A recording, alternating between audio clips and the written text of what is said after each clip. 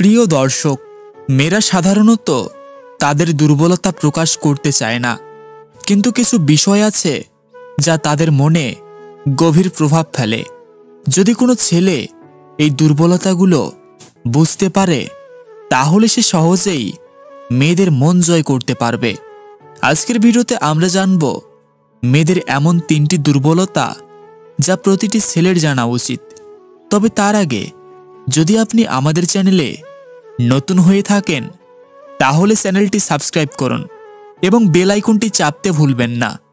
তাহলে চলুন শুরু করা যাক। নাম্বার 1, অনুভূতির প্রতি সংবেদনশীলতা। মেয়েরা আবেগপ্রবণ হয়। তারা যে কোনো কথায় বা কাজে সহজেই প্রভাবিত হয়।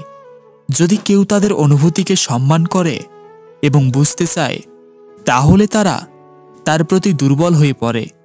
একজন মেয়ে যদি বুঝতে পারে এই ছেলে তার অনুভূতিকে গুরুত্ব দেয়, তার কথাগুলো মন দিয়ে শুনে, তখন সে ধীরে ধীরে তার প্রতি আকৃষ্ট হয়ে পড়ে।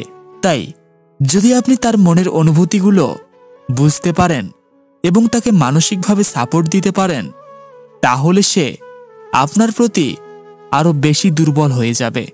নাম্বার 2, নিরাপত্তার অনুভূতি।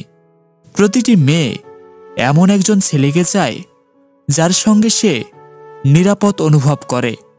এটি শুধু শারীরিক সুরক্ষার বিষয় নয়, মানসিক সুরক্ষাও গুরুত্বপূর্ণ।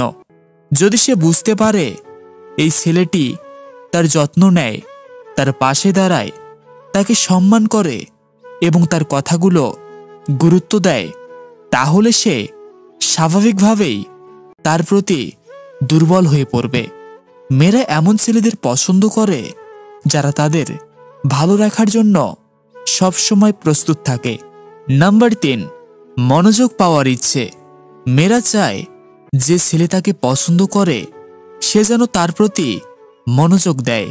ছোটখাটো বিষয় মনে রাখা, তার কথা শোনা, তার সমস্যার প্রতি আগ্রহ দেখানো, এসব জিনিস মেয়েদের খুব আকৃষ্ট করে।